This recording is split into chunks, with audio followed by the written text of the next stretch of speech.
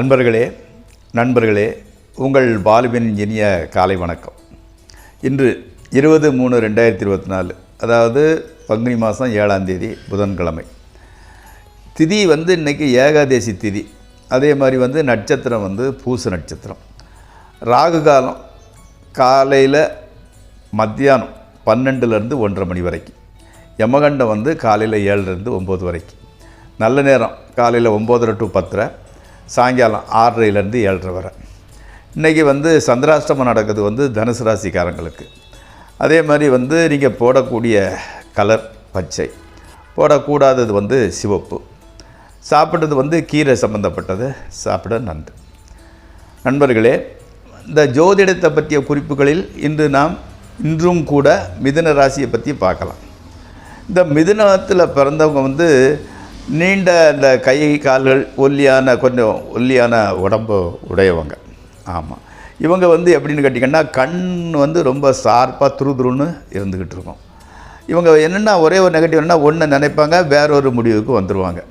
இந்த படிக்கிறது, எழுதுறது, லெட்டர் போடுறது, இப்போது லெட்டர் கம்மியாகிடுச்சு, மெயில் அனுப்புறது, இதிலெல்லாம் ரொம்ப எக்ஸ்பர்ட். ஆமாம், அதே மாதிரி மற்றவங்களோட மனசில் இருக்கிறத சீக்கிரம் புரிஞ்சுக்கொள்ளக்கூடிய ஒரு டேலண்ட் உள்ளவங்க.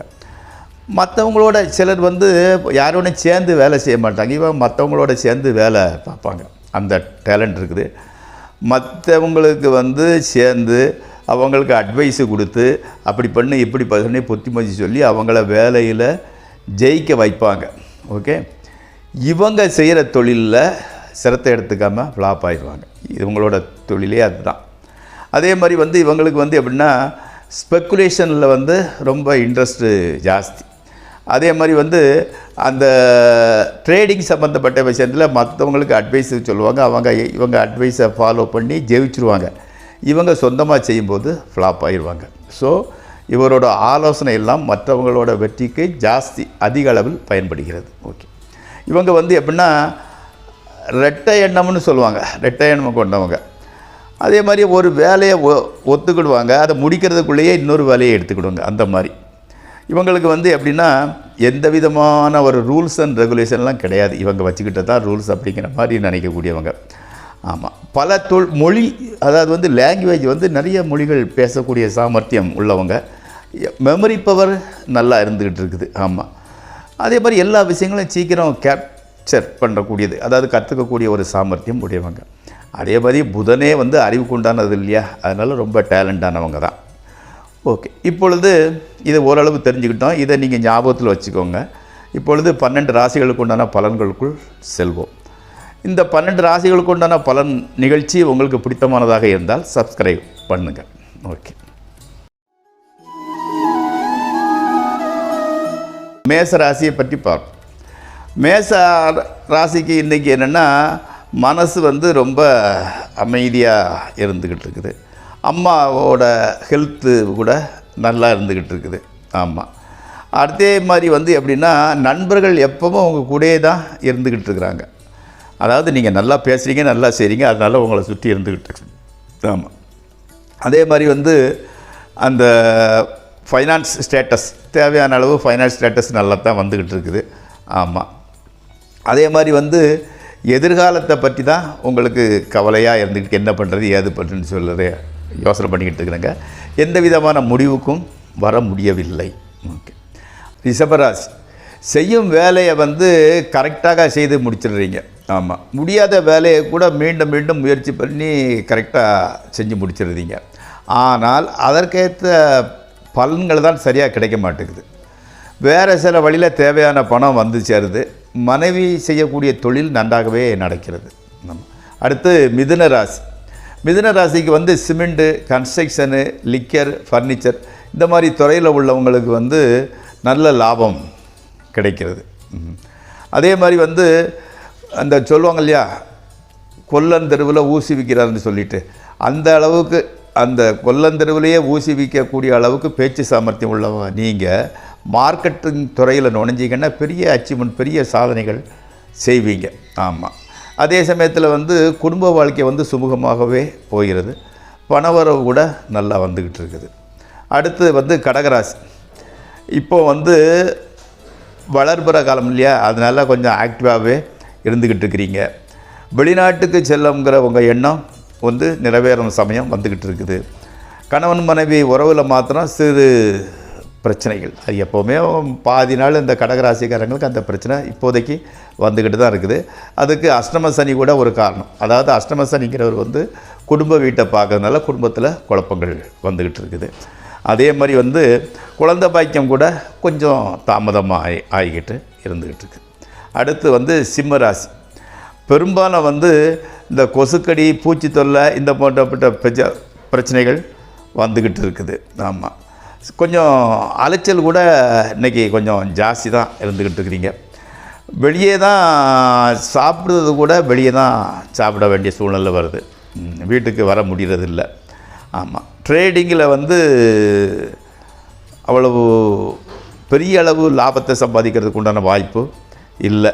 ஆமாம், உங்களுக்கு வந்து வேண்டாம்னு நினச்சது மாதிரி எல்லாமே வந்து ஸ்லோவாக தான் நடந்து போய்கிட்டு, ஒரு ஆக்டிவாக ஒரு இன்ட்ரெஸ்டிங்காக இல்லை, எந்த காரியமும் கூட ஸ்லோவாகத்தான் நடந்து போய் கொண்டு இருக்கிறது. ஆமாம், அதே மாதிரி வந்து கால் வந்து கொஞ்சம் வீங்கி இருக்கிறது மாதிரி ஒரு ஃபீலிங், அப்போ நடக்கும்போது கொஞ்சம் பிரச்சனையை கொடுத்துக்கிட்டு இருக்குது. ஆமாம், அது கொஞ்சம் ரெஸ்ட் எடுத்திங்கன்னா எல்லாம் சரியாக போயிடும். சீரியஸான பயம் ஒன்றும் பயப்பட வேண்டியது இல்லை. அடுத்து கன்னியாராசி. வாழ்க்கை துணை, அதாவது வந்து கணவனாக இருந்தால் மனைவிக்கு, மனைவியாக இருந்தால் கணவனுக்கு சின்ன பிரச்சனை வந்துக்கிட்டு இருக்குது. அதாவது வந்து இந்த ஜுரம், பிபி இந்த மாதிரிப்பட்ட ஒரு சின்ன பிரச்சனைகள் வந்துக்கிட்டு இருக்குது. ஆஸ்பத்திரிக்கு போகாமலே சரியாகிறது கூட. ஆமாம், அந்த நாகதேவதை அந்த கோயிலுக்கு போயிட்டு பால் ஊற்றி சுற்றி கும்பிட்டு வந்தீங்கன்னா இந்த பிரச்சனைகள் வந்து சரியாயிரும். இப்போ வந்து எப்படின்னு கேட்டிங்கன்னா, பெரும்பாலும் வந்து இந்த கன்னியாராசிக்கு லக்னத்தில் கேது 7 ஆகிறதால உங்களுக்கு அல்லது உங்களோட வாழ்க்கை துணைக்கு மாறி மாறி பிரச்சனையை கொடுத்துக்கிட்டு இருக்கு. பெர்மனண்ட் சொல்யூஷன் வந்து அந்த நாகதேவதா கோயிலுக்கு போயிட்டு பால் ஊற்றி சுற்றி கும்பிட்டுட்டு வாங்க. ஆமாம், அதே மாதிரி வந்து எப்படின்னு கேட்டிங்கன்னா, உங்களுக்கு வந்து அந்த ஃபைனான்ஸ் அது கூட வந்து எப்படின்னா 2ஆம் வீட்டு கூட இருக்கிறனால கொஞ்சம் டைட்டாக தான் இருந்துக்கிட்டு இருக்கு. நண்பர்கள் வந்து அப்பப்போ அவங்கக்கிட்ட கடன் வாங்கினீங்க, ஸோ அதை வச்சு நீங்கள் சமாளிச்சுக்கிட்டீங்க. ஆமாம், பட் கடன் வாங்கினதை கொடுக்கணும் இல்லையா, அதனால் வந்து பணப்புழக்கத்தை பொறுத்தவரையில் சற்று டைட்டாகவே இருந்து கொண்டு இருக்கிறது. துளாராசி. வியாபாரத்துலேயும் சரி, உத்தியோகத்துலையும் சரி, உங்களை யாரை ஓவர்டேக் பண்ணிட்டுலாம் போக முடியாது. அதாவது வந்து இப்போதைக்கு அந்த பெரியவர்களோட ஆசீர்வாதம் உங்களுக்கு இருந்துக்கிட்டு இருக்குது. தேவையான பணம் வருது. பழைய வாகனத்தை ஒன்று விற்கணும்னு நினைக்கிறீங்க, ஆனால் அதை விற்கிறதுக்கு மனசு வரமாட்டேங்குது. அதுதான் உங்களோட அதிர்ஷ்டம்னு நினச்சிக்கிட்டு இருக்கிறீங்க. மாணவர்களுக்கு படிப்பு பரவாயில்ல, சுமாராக போய்கிட்டு இருக்குது. விருச்சிக. குழந்தைகள் பிறப்புக்கிறது வந்து குழந்தைகள் இந்த ராசிக்காரங்களுக்கு குழந்தை பிறப்பில் சற்று தாமதம் இருந்துக்கிட்டு இருக்குது. வியாழக்கிழமை தோறும் தட்சிணாமூர்த்தி கோயில் போய்ட்டு வழிபட்டு வாங்க. ஆன்மீக பெரியவர் ஒருவரை சந்திக்க வேண்டிய ஒரு சூழ்நிலை வருகிறது. அதே மாதிரி வந்து கெட்ட கனவு வந்து பயங்காட்டுது, அதுக்கு பயப்பட வேண்டாம். நைட்டு சாப்பாடை விட்டுட்டு லைட்டாக டிஃபன் ஏதாவது சாப்பிட்டுக்கோங்க. அடுத்து தனுசு ராசி.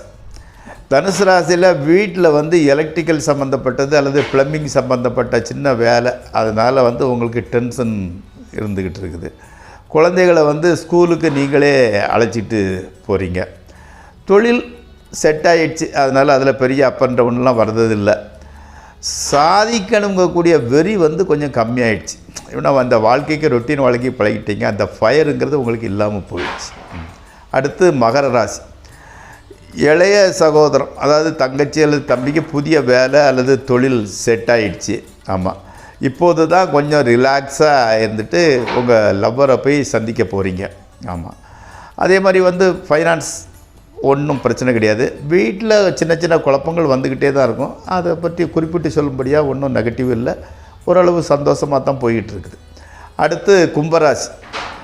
பழையபடி வந்து அந்த நக்கல் நையாண்டி பேச்சு உங்கள்கிட்ட வந்துட்டு அப்படின்னா என்னென்னா மாமூல் நிலைமைக்கு வந்துட்டீங்கன்னு அர்த்தம்.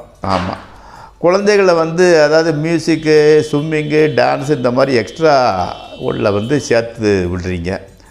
ஆமாம், அம்மாவுக்கு வந்து கொஞ்சம் உடம்பு பலகீனமாக இருந்துக்கிட்டு இருக்குது. உங்களுக்கு வந்து கொஞ்சம் ஞாபக சக்தி வந்து கொஞ்சம் கம்மியாக இருக்குது. நீங்கள் கொடுக்க வேண்டியது மறந்து போது, வர வேண்டியதெல்லாம் ஞாபகம் இருக்குது. அடுத்து மீன ராசி. அதே மாதிரி வந்து பேசுகிறது வந்து கொஞ்சம் கட் அண்ட் ரைட்டாக பேசினா கூட மைண்டு வந்து உங்களுக்கு சாப்பிட்டு காட்டு தான், அதில் மாற்றுக்கருத்தே கிடையாது. எந்த பிரச்சனை வந்தால் கூட கடவுள்கிட்ட சரண்டர் ஆனால் அது ஆட்டோமேட்டிக்காக பிரச்சனைகள் விலகி போகுது. ஆமாம், ஏன்னா உங்களோட கடவுள் உங்களுக்கு நல்லா ஹெல்ப் பண்ணிக்கிட்டு இருக்கிறாரு.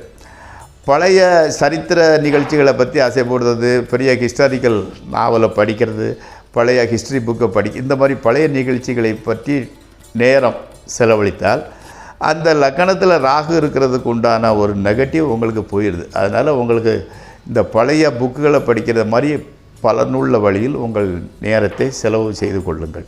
ஓகே, அந்த ராகு உங்களது தோஷம் லக்னத்தில் உள்ளது விலகிறது. நன்றி. இப்பொழுது நாளை மீண்டும் சந்திப்போம். உங்கள் பால்.